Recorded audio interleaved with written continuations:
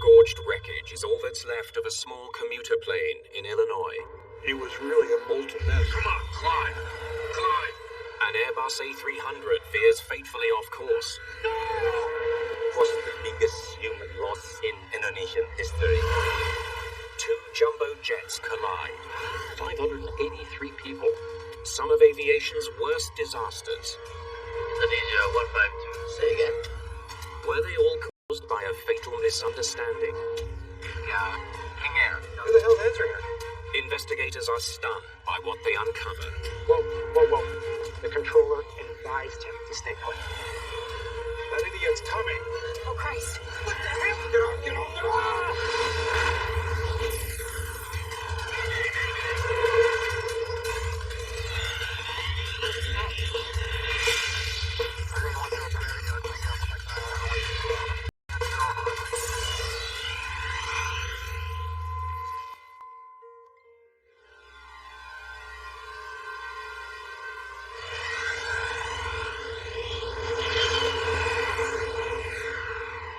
Nearly 11 million people take to the skies every day. Their lives depend on the clear communications between skilled pilots and air traffic controllers. Controllers and pilots work together to correct each other's errors, especially errors of misunderstanding. Most of the time it works. Occasionally something slips through the cracks. United Express Flight 5925 is minutes away from its final destination, Quincy Airport in Illinois. Checks complete. Captain Kate Gathje is at the controls of a Beechcraft 1900C, a commuter plane carrying 10 passengers. What's the winds down there? It's been a long day, but the landing at Quincy Airport should be routine. Winds are 060 at 8, 12 miles visibility. Quincy is one of thousands of airports without a control tower. That means there are no controllers to direct traffic. Pilots must communicate directly with each other during takeoff and landing. At an airport like Quincy that is not towered, you cannot be too vigilant when you're flying an airplane. You have to have a situational awareness to realize what's probably going to be coming next and where other aircraft are. Look at that sunset, man. It's gorgeous. 30 miles from the airport, the United Express pilots check in on their open frequency used by all pilots at the airport. About 30 miles to the north of the field, inbound for landing runway 13 at Quincy. Any traffic in the area, please advise. There are 3 intersect or runway number 4. As Flight 5925 closes in, a small turboprop plane radios in on the frequency. Air 1127. Delta's taxiing out. Takeoff on runway 4. The King Air A90 is taxiing out towards runway 4. Just 90 seconds before Flight 5925 expects to touch down, the King Air plane is in position at the start of the runway and holding. King Air 1127, Delta holding short of runway 4. Be taking the runway for departure. Position hold is when an aircraft pulls onto the end of runway, turns, points down the runway, prepared for takeoff, and holds its position. On final approach, the United Express pilots make another radio call on the frequency. 5-mile final for runway 13 at Quincy. You're down.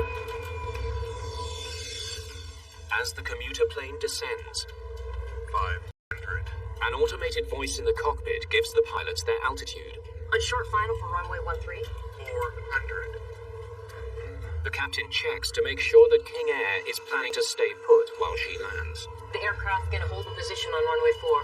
Where you guys gonna take off? 764 Juliet, holding for departure on runway 4. King Air. Okay, we'll get through your intersection in just a second, sir. We appreciate that. Finals are complete. Flight 5925 touches down at Quincy Airport. Max reverse. Oh, Christ. But the King Air plane is headed towards them. We heard this explosion that rattled the walls and the windows shut. I ran for the door, and as I came outside, what I saw looked like a mushroom cloud.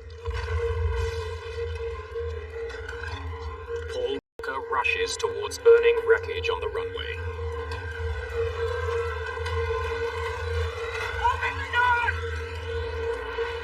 But the first officer is struggling to get the door open. Please! Someone help! Open the door! There are no firefighters at the tiny airport to help with the rescue. I was literally their last hope.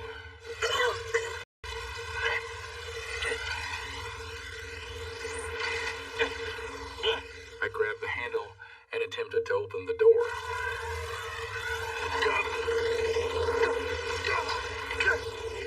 When I wiggled the handle a little bit, somebody on the inside wiggled it the other way. As he hears desperate cries from inside, Walker suddenly realizes Oh God, it's you! I'm in no time! he knows the flight's captain. Please help!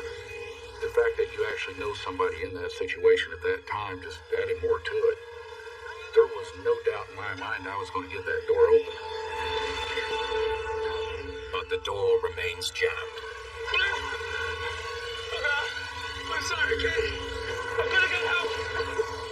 Leaving the airplane was one of the more difficult things I've ever done in my life. There's no escape from the burning wreckage of Flight 5925.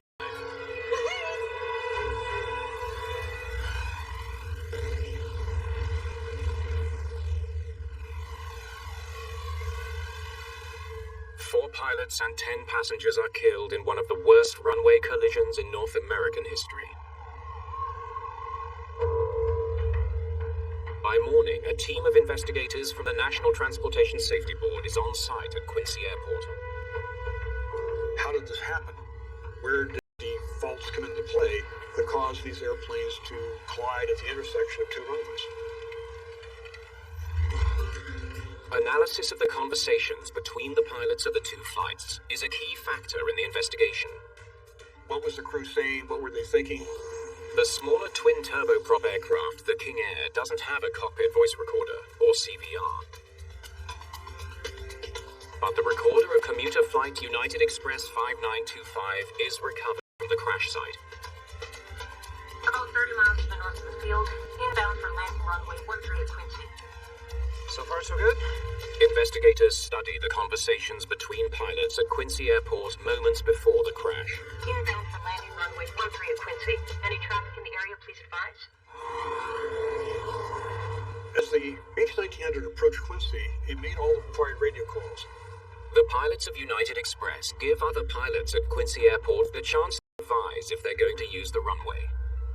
But the CVR recording from United Express reveals that the radio calls from the King Air A90 are more problematic.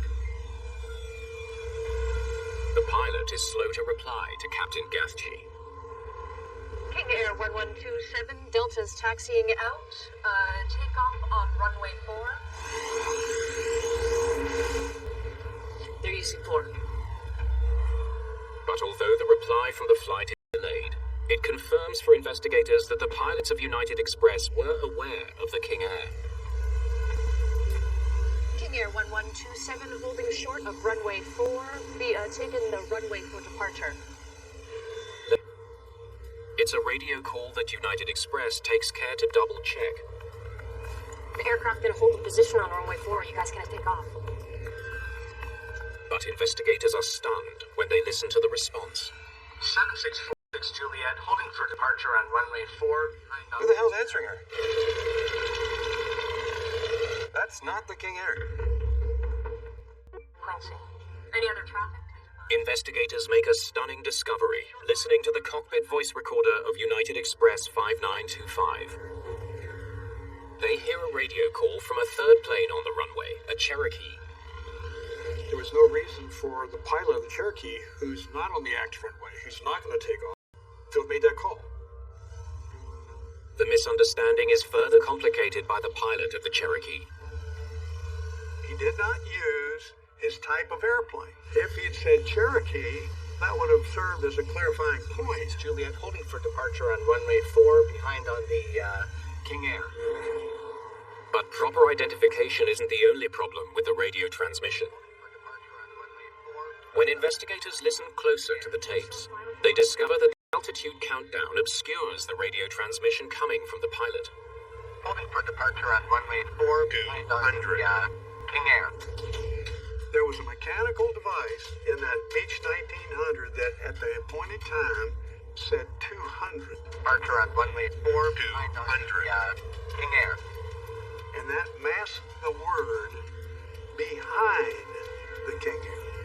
The pilots of United Express think it's the King Air telling them they're holding at the runway. Okay, we'll get through the intersection in just a second, sir. We appreciate that. But King Air isn't holding. It's moved out onto the runway as the United Express flight makes its final approach. Unfortunately for the commuter aircraft crew, they believed they were now safe to land because the King Air would hold for them. Oh, Christ.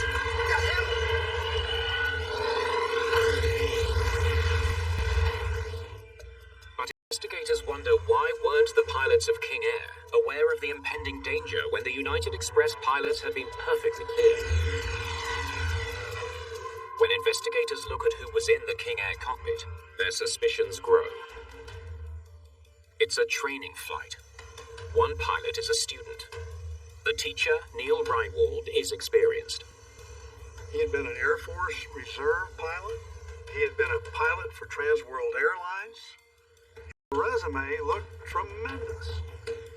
But a closer look at Reinwald's records reveals problems in his flight history.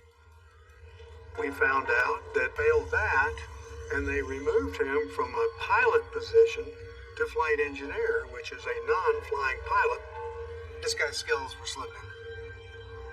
And on the day of the fatal crash, witnesses say he seemed in a hurry to get home. Okay, Laura, let's go home. Did a pilot in a rush cost the lives of 14 people? I think impatience was part of the problem. Get-there-itis, that's a term we use a lot. Student pilot Laura Brooks was handling radio calls from the King Air. King Air 1127, Delta's taxiing out. Takeoff on runway 4. Her instructor may have been preoccupied with his flight lesson, unaware of the commuter plane approaching from his left. Whether they were engaged in conversation about the aircraft, we don't know. But there was no announcement of takeoff, which is unusual. What exactly was happening in the cockpit of the King Air in the seconds before the accident remains a mystery. Finals are complete. Investigators conclude that impatience or a momentary distraction led the pilots to head out onto the runway. Holding for departure on runway 400.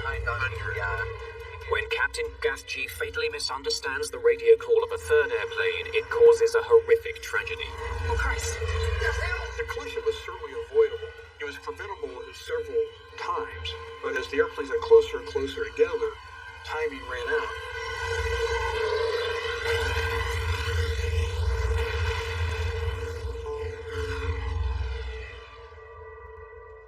The NTSB rules that the crew of United Express 5925 acted appropriately during their approach and landing.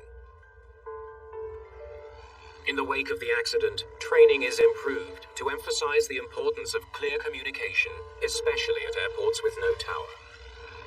There have been a lot of basic changes since the Quincy accident. I think they've worked. We haven't had an accident like this since. However, we can't rest on our laurels.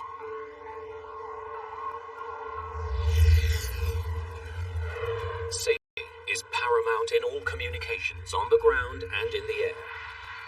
Misunderstandings between pilots and air traffic controllers are rare.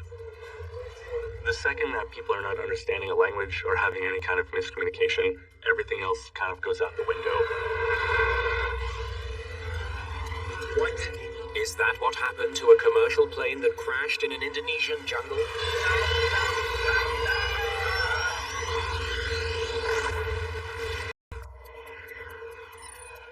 Garuda Flight 152 is heading to... Let's stay on autopilot as long as we can. Yes, sir. Captain Rachmo Wiogo commands the Airbus A300. He's been flying in Indonesia for nearly 20 years. He's extremely familiar with the flight path.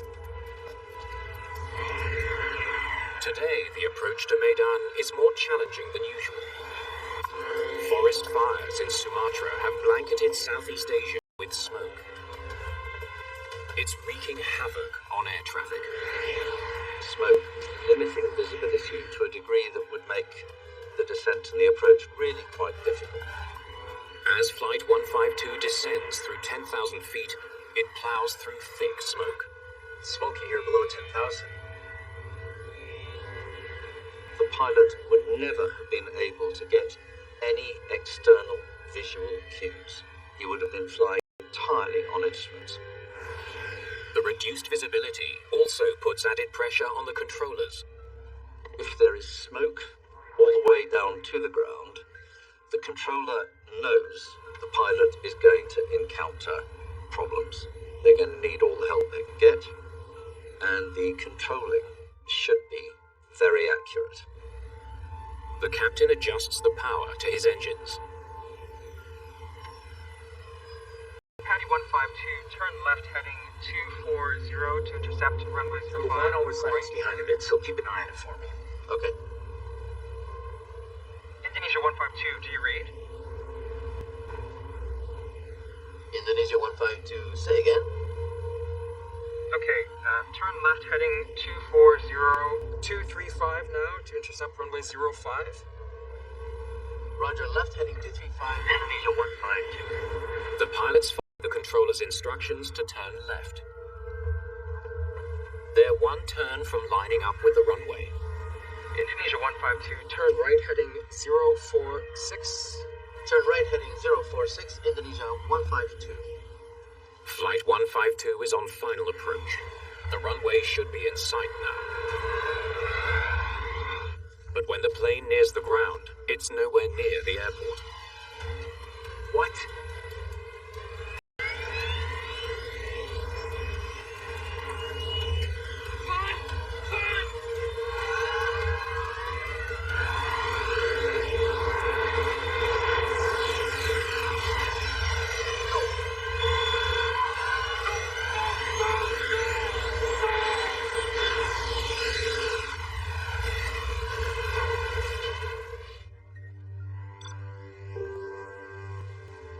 Everyone on board. Air crash investigators are under pressure to explain the disaster. Rob Carter of the UK's Air Accident Investigations Branch assists at the scene. One of the things that seemed so strange was where the impact point was. It was nowhere near where we would expect the aircraft to be for the proper sort of approach into the airport. The debris field tells investigators that the plane was flying away from the airport, the opposite direction they should have been flying. Indonesian authorities look to air traffic control at Mayday Airport for answers. They approach from the southeast. I was trying to bring them in this way. A left turn, and a right turn that gets them into runway 05. When they interview the controller that handled the flight, he tells investigators he suspects the captain somehow misinterpreted his instructions. He didn't understand which way to turn. He made a left turn here instead. Investigators are baffled. Why did the pilots of the flight make a wrong turn on final approach to an airport they knew extremely well? The ATC gave instruction Indonesia 152 turn right onto heading 046, but the aircraft turned to the left. At that stage, we do not have any clue at all. Investigators must figure out why Garuda Flight 152 veered off course and crashed into the jungle. They look to recordings of communications between air traffic controllers and pilots for answers. At first, they seem completely normal. Indonesia 152, descend to 3,000 feet for runway 05. But then they hear something problematic. For Patty 152, turn left heading 240 to intercept runway 05 from the right side. The controller uses the wrong call sign. Yeah, for Patty 152. Now he's got Garuda 152. Instead of Garuda 152, he said Merpati 152. But the controller quickly corrects his mistake. Indonesia 152, do you read? 152. Say again. It appears as if the misunderstanding is cleared up. Okay, turn left heading 235 now to intercept runway 05. Left heading 235. Roger, left heading 235, Indonesia 152. After a brief moment of confusion, the flight is exactly where it... One more right turn. He's lined up the runway. Indonesia 152, turn right heading 046. There it is, clear as day. Turn right heading 046, Indonesia 152. How the flight made a wrong turn in the final few moments still can't be explained. It's in the exact opposite direction they were told. Why? Investigators wonder if the pilot thought he was heading towards the airport. They turn their attention to the airport's approach charts to learn more. The charts lay out what the normal approach is, and the pilots normally expect to fly that. Investigators discover that Garuda 152 wasn't on the standard approach. The standard approach to Mayday is from the left side, which involves making a final left turn to line up with the runway. But the Garuda captain had been instructed to approach from the right side of the runway. It required something he wasn't used to, a right turn before landing.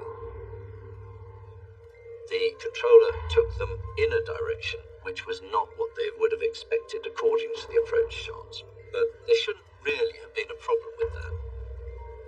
Controllers are supposed to confirm the approach path with pilots as they head towards the airport. How could he not have known which approach he was flying? Then investigators get their first big break. After searching for more than 3 weeks, the plane's voice and data recorders are recovered from the dense Indonesian forest. Let's start with turn number 1. Here. They listen to the recordings to see if the pilots had all the information they needed for the correct approach. For Patty 152, turn left heading 240 to intercept runway 05 from the right side. Number 1 always lags behind a bit, so keep an eye on it for me. Okay. When investigators listen to the cockpit voice recorder, they realize what they thought was a harmless call sign mix-up actually had massive consequences. Because the controller used the wrong call sign. For Patty 152, turn left heading 240 to intercept runway 05 from the right side, so keep an eye on it for me. The pilots ignored the transmission and missed the direction to approach the runway from the right side. Indonesia 152, do you read? Indonesia 152, say again. When the controller repeats the approach instructions, he leaves out a critical detail. Turn left heading 235 now to intercept runway 05. The mix-up means the crew of Flight 152 never hear a critical instruction to approach the runway from the right side instead of the usual left. Controllers didn't make it clear enough to the pilots that this was not going to be the standard pattern. He should have made it clear, you're not going to come in from the left-hand side of the runway. You're going to come in from the right-hand side. The captain, unable to see the ground through the smoke from the forest fires, dials in a left turn out of habit, turning away from the airport towards mountains. In the confusion over the turn, no one notices that the Airbus is dropping dangerously close to the ground. What? Come on, climb. Climb. Pull up. Pull up.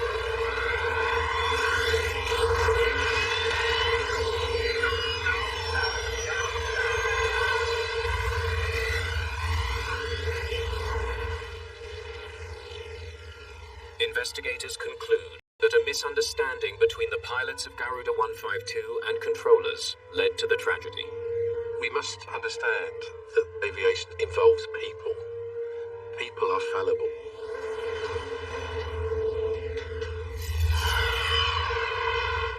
Pilots and air traffic controllers are trained to use very specific language when communicating with each other, whether it's a regular day or a busy one. Everyone has an interest in safety. So everyone that is involved wants to make sure that they are on the same page with their pilots. No air traffic controller wants to be the person that said something wrong or did something wrong or contributed to an unsafe situation. Look at it. That idiot's coming. Is that what happened when two airplanes collide on the holiday island of Tenerife? The Spanish island of Tenerife. It's a tranquil getaway off the African coast. Sunjet 282, directly to runway, backtrack, and hold. But today, Los Rodeos Airport is busier than it's ever been. DA 783, hold short of the runway and stand by for taxi clearance.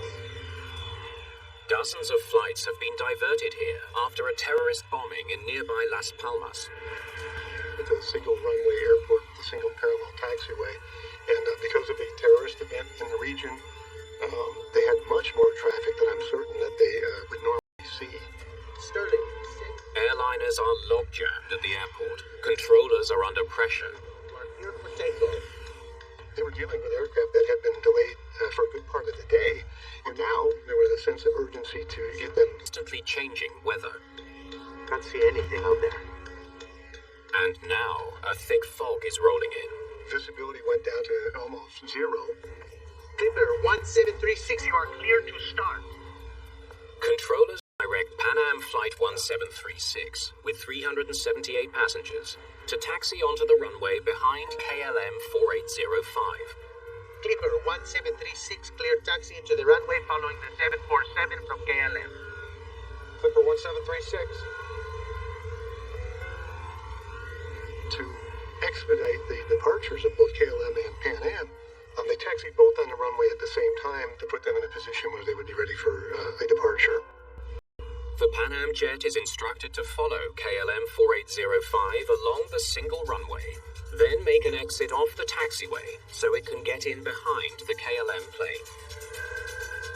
Robert Bragg is the first officer of the Pan Am jumbo jet. Follow KLM down a runway, backtrack, make an exit to get around back of KLM. So that's what we were doing. At the end of the runway, make 180 and report ready for it. The Pan Am pilots listen to the tower controller tell the KLM crew ahead of them what to do after departure. You are clear to the Papa beacon. Climb to and maintain flight level 90. Right turn after takeoff. Roger, clear to the Papa beacon. Flight level 90, right turn up. We are now at takeoff. Okay, stand by for takeoff. I will call you. And we're still taxiing down the runway, Clipper 1736. Papa 1736, report runway clear. Okay, we'll report when we're clear. Thank you. Then, just a few yards from their turnoff, First Officer Bragg sees something disturbing. I think he's moving. Now I looked up and there he was coming down the runway. Look at him. That idiot's coming. Get off. Get off.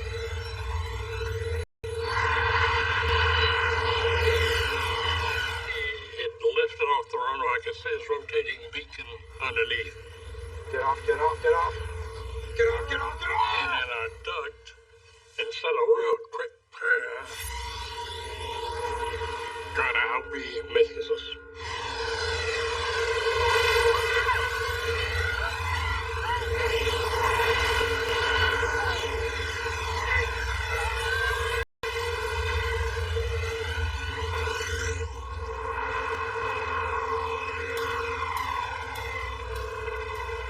Open my eyes, cut the whole top of the airplane up.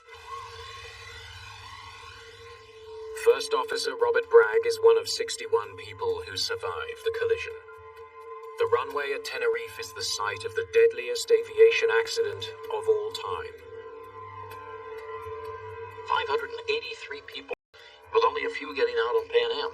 This was something that we really had not contemplated when we started building bigger airplanes. Nobody ever thought, what if we lost two of them in a collision on the ground? This was a nightmare beyond all expectation. The next morning, air crash investigators from Spain, the Netherlands, and the United States are on the scene. They face a huge task untangling the chain of events that led to this catastrophic runway collision.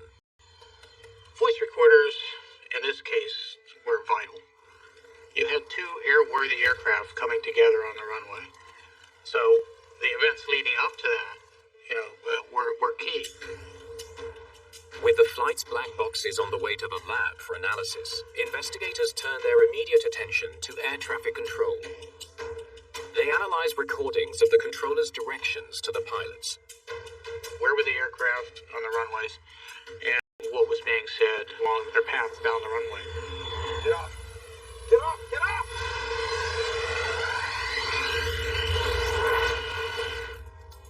502. When investigators play the tapes, Clipper 1736, leave the runway.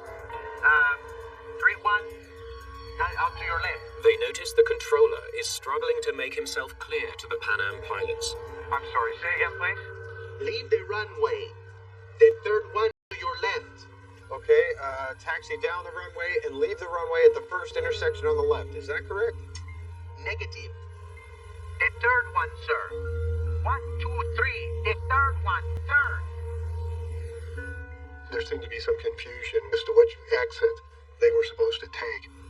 We have kind of a linguistic problem here because these are Spaniards who speak Spanish as their native language attempting to speak in aviation English to an American crew and to a KLM Dutch crew. He's on an active runway. Investigators discover that although the controller was giving clear instructions, linguistic differences were complicating communications with the Pan Am pilots.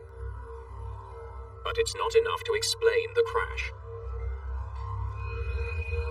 They now turn to communications between the KLM flight and controllers. You are clear to the Papa Beacon. Climb through and maintain the Flight level 90. Right turn after takeoff. Sounds Roger, clear to Papa Beacon. Flight level 90, right turn out. We are now... I will call you. They don't find anything. He's telling the tower he's in takeoff position. But he's been told to wait for takeoff clearance. So why does he start his takeoff roll?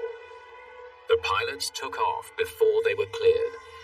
Investigators are mystified. Flight level 90, right turn out. We are now at takeoff. They hope clues left on the cockpit voice recorders of the KLM flight are enough to finally solve the mystery of the worst air disaster the world has ever seen. The big question then was, how could this happen? An aviation disaster without precedent has investigators stumped. What led the captain of a jumbo jet to believe that he had permission to take off? It just seems so alien for the crew to make that mistake. These are the best in the business. Investigators turn to the KLM cockpit voice recording for answers. Perhaps something said between Captain Van Zanten and the other pilots can explain his decision to start down the runway. We landed here at 1:38. Yes, I know that. We have to start from 7 o'clock. That's when we checked in. The time limit is 10 hours of flying. There's an amplitude of 13 hours. That's as long as Istanbul. The recording reveals that the captain seems stressed about work hours. If the crew exceeds their duty time, they'll be forced to cancel the flight. And that means probably $30,000 to $40,000 of hotel rooms for the outbound passengers who they're not going to be able to carry back that night. Flight delays left the pilots only 2 hours to get their passengers to Las Palmas, pick up another load of passengers, and get back in the air heading towards Amsterdam. If I messed this up, I could actually lose my license. We certainly wouldn't want that. A disturbing question confronts investigators. Did the KLM pilots rush to get off the ground? Half hour to taxi. Half hour to get there. An hour to swap passengers and get back in the air. It's tight. But it was obvious that time was an important factor in the KLM captain's decision-making. He wasn't going to waste any time once he got to the end of the runway. KLM is ready for takeoff, waiting for ATC clearance. So we request ATC clearance. We're about a minute from the collision. When the first officer asked for the clearance, he was asking for the air traffic control clearance, completely separate from the clearance to actually roll this 500,000, 600,000 pound monster down the runway. You are clear to the Papa Beacon. Climb to and maintain flight level 90. Right turn after takeoff. Yes, Roger. Clear to the Papa Beacon. Let's go, Centros. Flight level 90. Right turn out. We are now at takeoff. Okay. Whoa, whoa, whoa. What just happened there? Say that again, please. In Investigators discover a misunderstanding that may explain why the pilots thought they were clear to take off. The controller provides the pilots with the instructions what to do after takeoff. You are clear to the Papa Beacon, climb 2 and maintain flight level 90. Right turn after takeoff. But the captain reacts as if he's actually been cleared for departure. Yes. They get a clearance from air traffic control that it contains the word takeoff, and that confirms for them that everything is the way it should be, when in fact, everything was not. Let's go check first. The KLM pilots throttle up and start down the runway. It's a deadly decision caused by a simple misunderstanding in communications. Flight level 90, right turn. We are now at takeoff. Investigators now know what the Dutch first officer meant by at takeoff. He's reporting that he's actually taking off, not that he's ready to take off. Unfortunately, in this case, it meant they were taking off from the KLM perspective, and for the air traffic control perspective, they were hearing we are at takeoff position. But for investigators, there's something about the radio exchange that still doesn't make sense. According to the tower transcripts, the controller advised him to stay put. Okay, stand by for takeoff. I will call you. Why would he ignore them? Why didn't the KLM crew follow that clear instruction to stand by? Then they hear another critical moment on the KLM tape. We are now at takeoff. Okay. That's what he heard? It's a stunning discovery. Flight level 90, right turn up. We are now at takeoff. Okay. Two separate warnings to stay put were never heard in the KLM cockpit. The tower and the Pan Am flight both made their critical calls at the exact same moment. Okay. And we're still taxiing Stand by down for the takeoff. runway. I will call you. Clipper 1736. The simultaneous transmissions produced a 4-second squeal in the KLM cockpit. We are now at takeoff. Okay. The crew heard only one word, okay. Unfortunately, this happened during that pause after the controller says okay for KLM. They had no opportunity to hear the controller saying standby for takeoff, nor were they able to hear the Pan Am crew reporting that they were... The world's deadliest airline accident is now all but inevitable. I think he's moving. Look at him. That idiot's coming. Oh, damn it!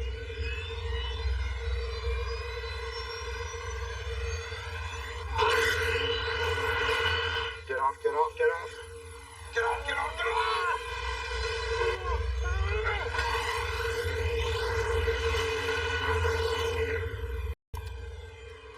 Vincent should not have moved without explicit clearance.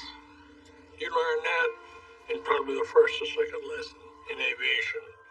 Do not take off unless you get a clearance.